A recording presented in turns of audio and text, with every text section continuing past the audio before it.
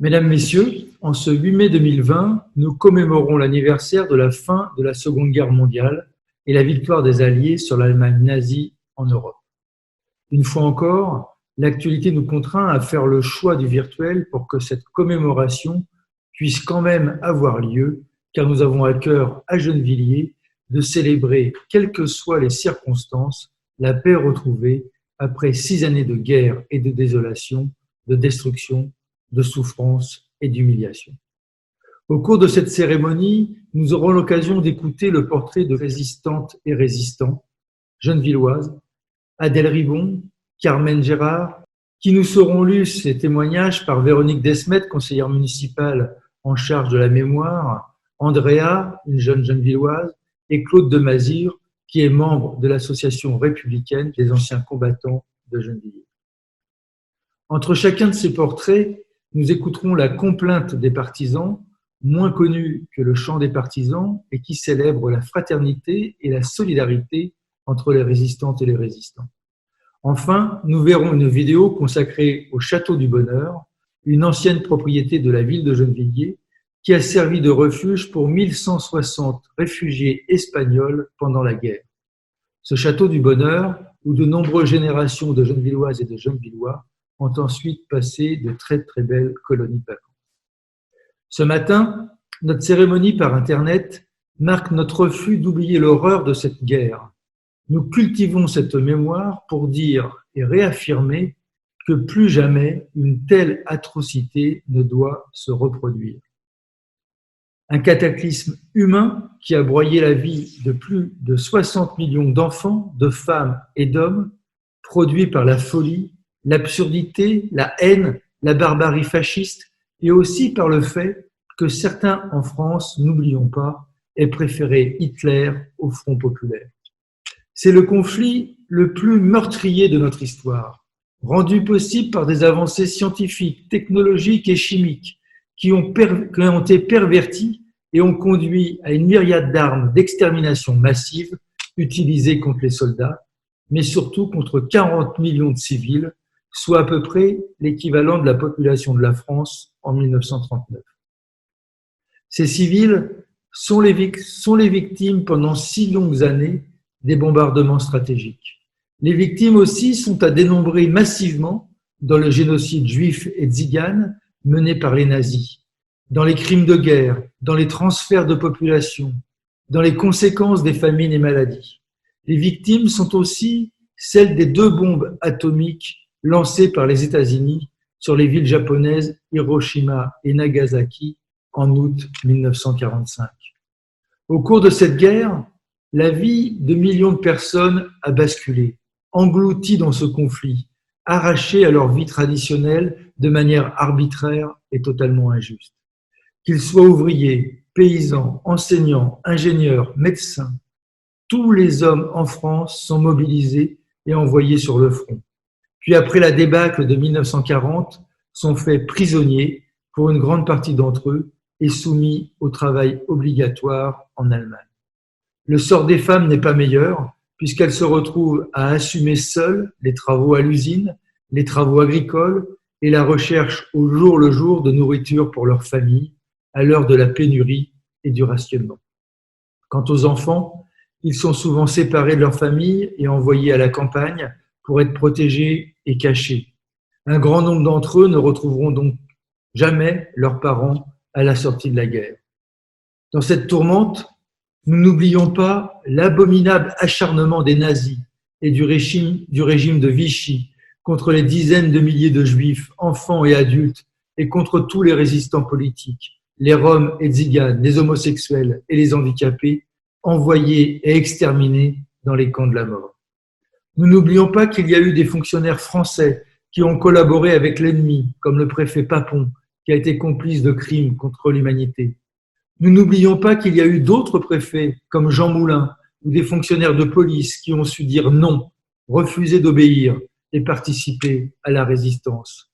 Nous n'oublions pas non plus les combattants sénégalais, maliens, ivoiriens, algériens, marocains, tunisiens, qui ont combattu dans des conditions terribles et ont payé un lourd tribut pour la libération de l'Europe.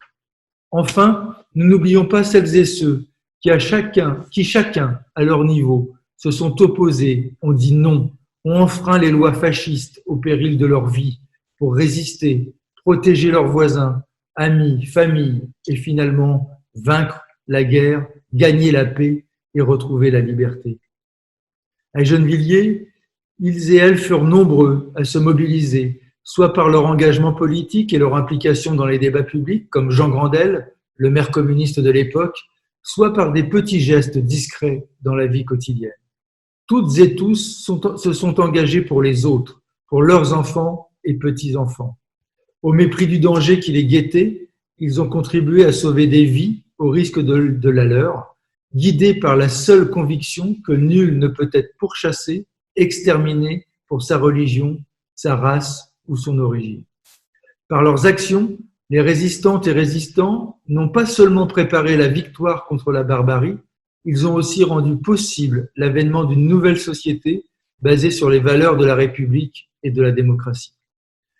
Qu'ils soient notre inspiration pour nous opposer aujourd'hui, comme eux hier, à tous ceux qui divisent et sèment la haine, à tous ceux qui détruisent et fournissent des armes destructrices, à tous ceux qui servent des intérêts restreints, au mépris de tant d'autres qui souffrent d'injustices sociales intolérables.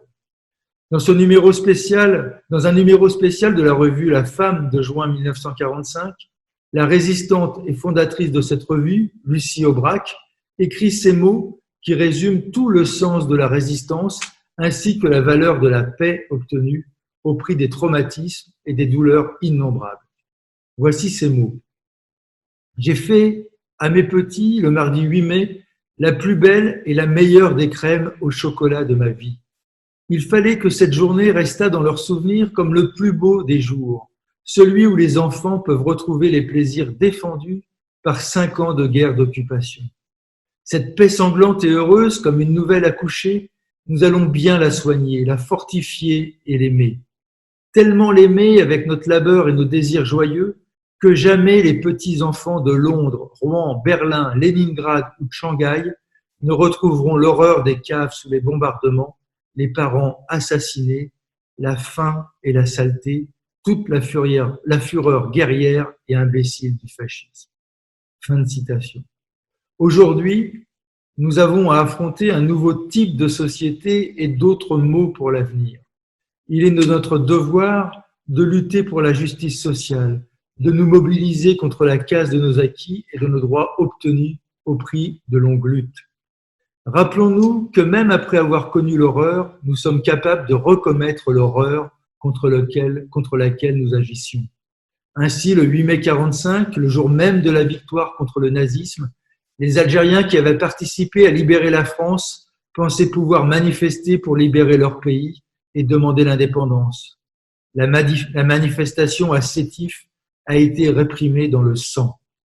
Comme Lucie Aubrac l'écrit, nous avons, nous aussi, le devoir d'anticiper la suite et de nous engager pour protéger notre terre commune, de penser un lendemain meilleur pour nous tous, pour nos enfants, pour le vivre ensemble et pour les valeurs communes. Je vous remercie de votre attention.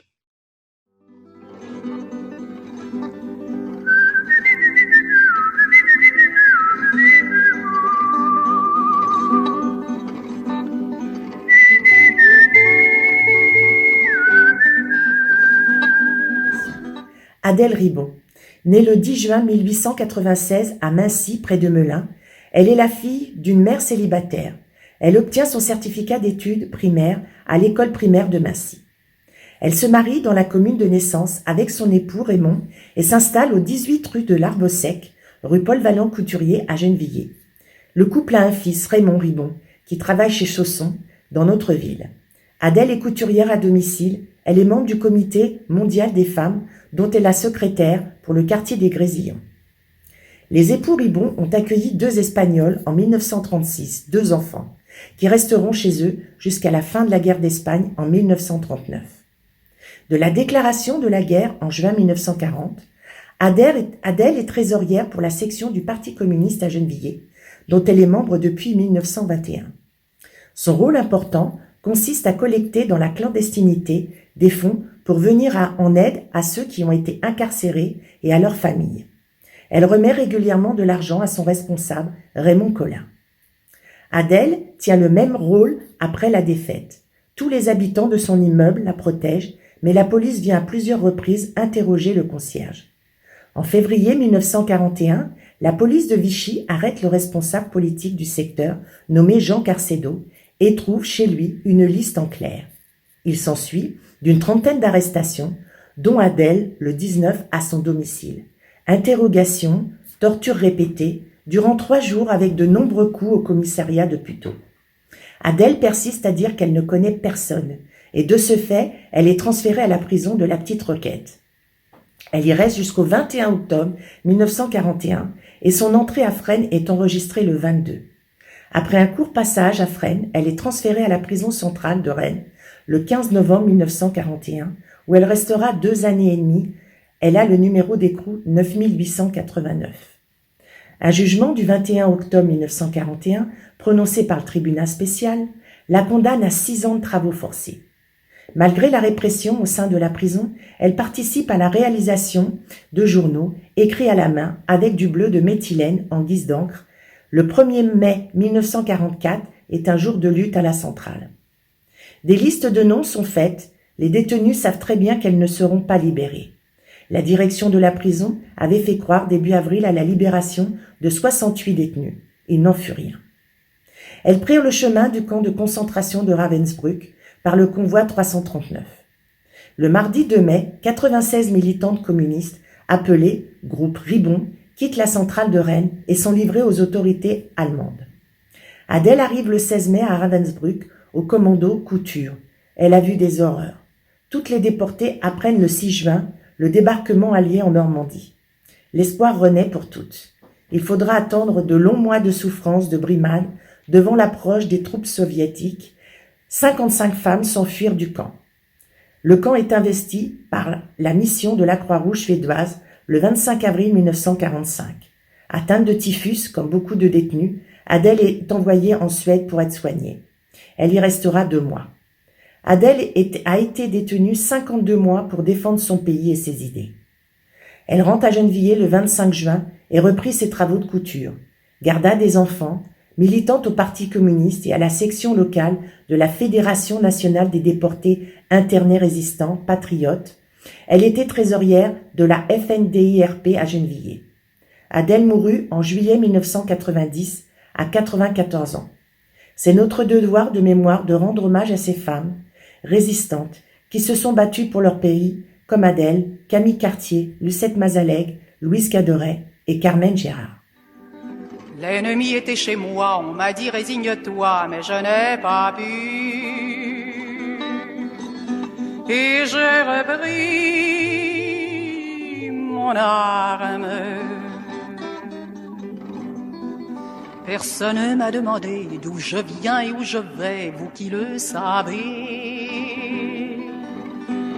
Effacez mon passage.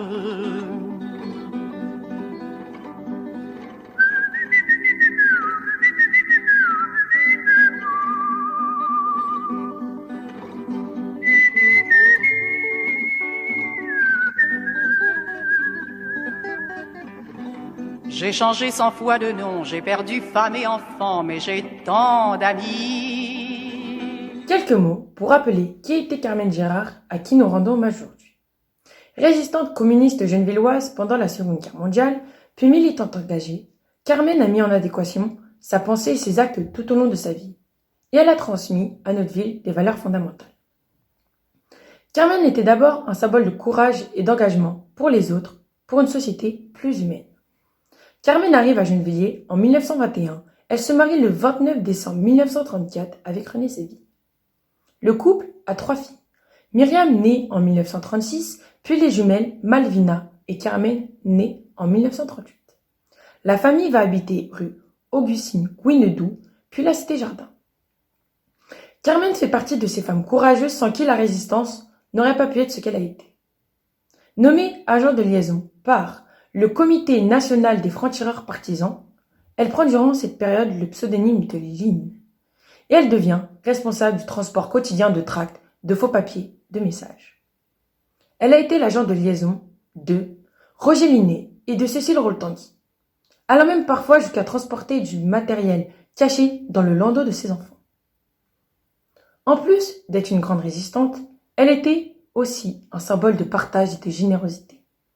Plus jeune, elle s'était engagée très rapidement pour soutenir les brigades internationales pendant la guerre d'Espagne, en organisant des collectes de vivres et de matériel avec l'Union des femmes françaises.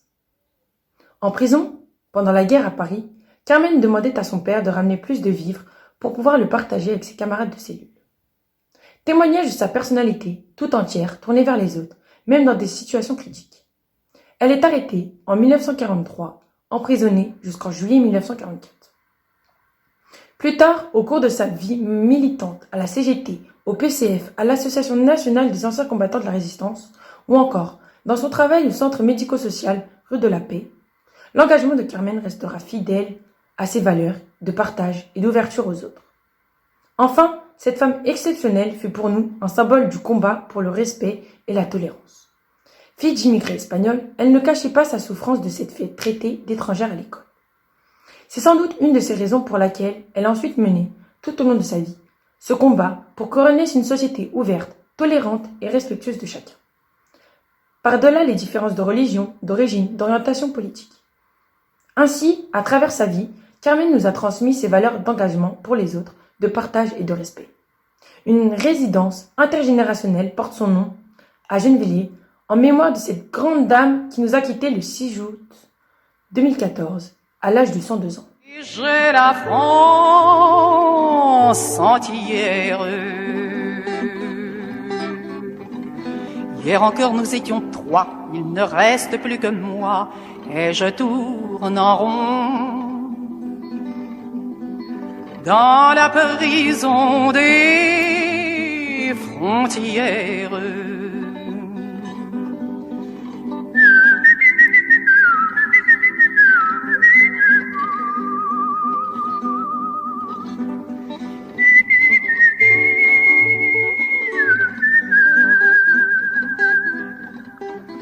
Un vieil homme dans un grenier pour la nuit nous a cachés, l'ennemi l'a su. Il est mort sans surprise.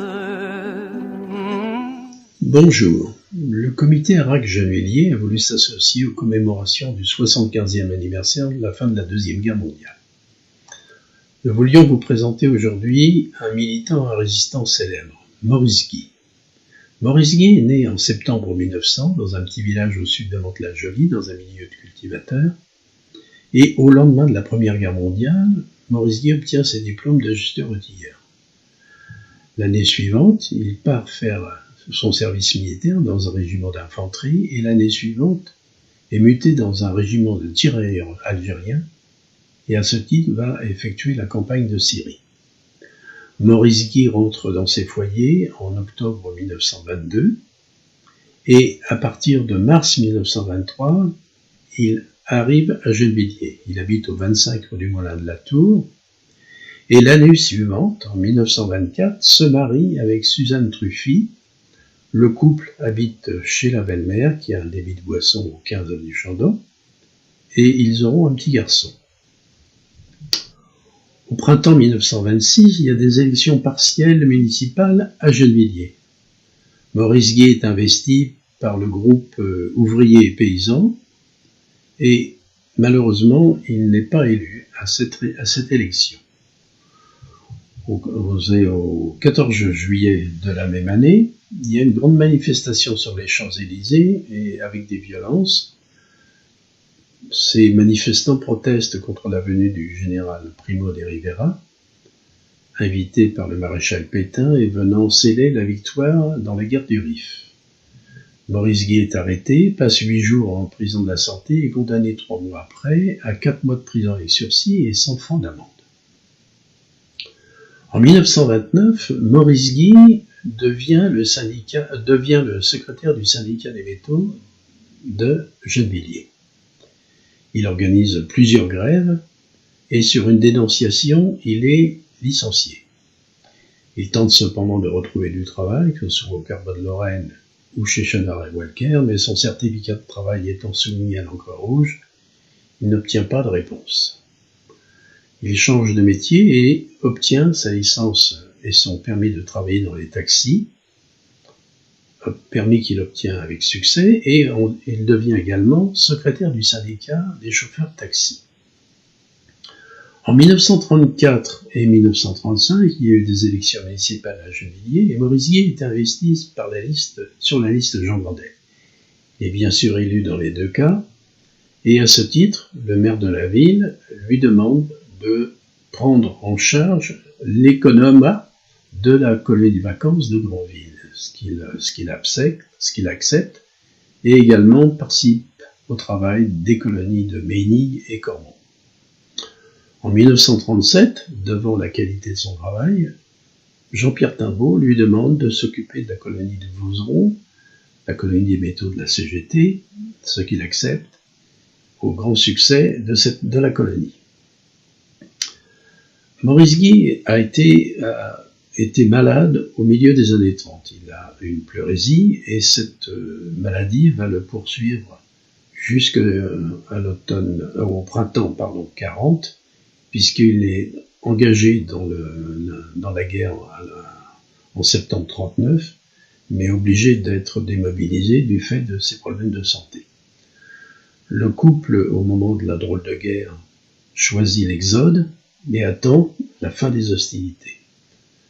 Maurice Guy n'est pas très rassuré de rentrer en région parisienne, alors que Madame Guy le presse et le couple accepte la proposition de revenir en région parisienne.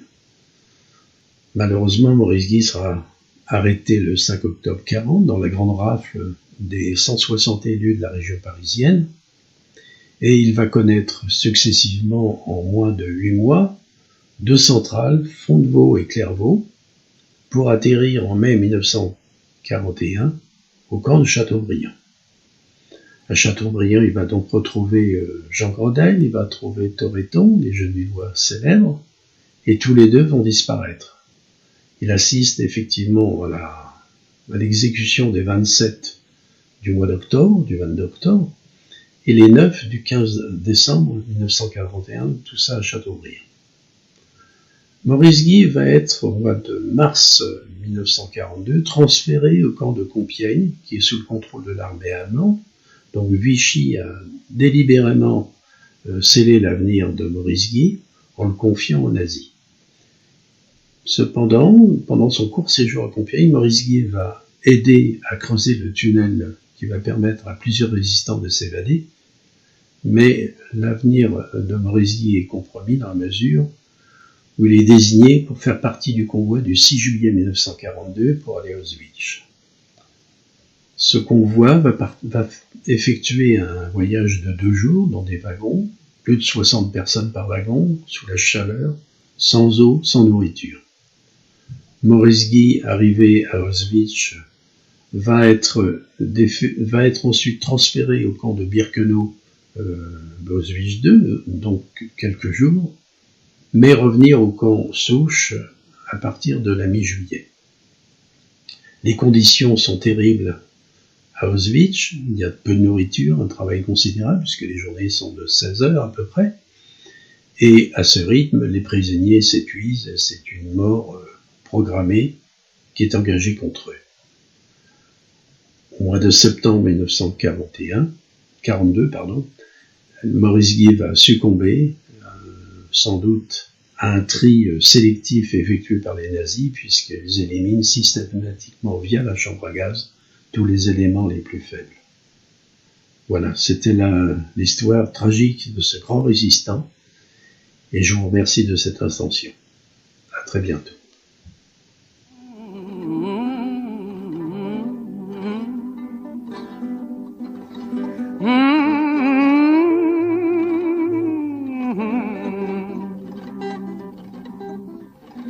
Le vent souffle sur les tombes, la liberté reviendra, on nous oubliera.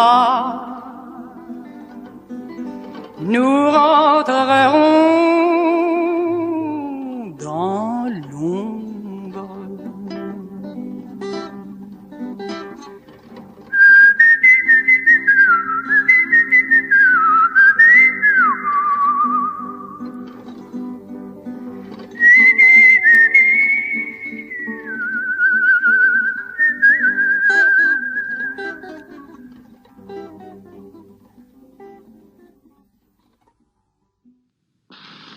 Pour soustraire les enfants le jeudi à tous les dangers de la rue, la municipalité ouvrière de Gennevilliers, dès son entrée en fonction, donna une vigoureuse impulsion au patronage municipal.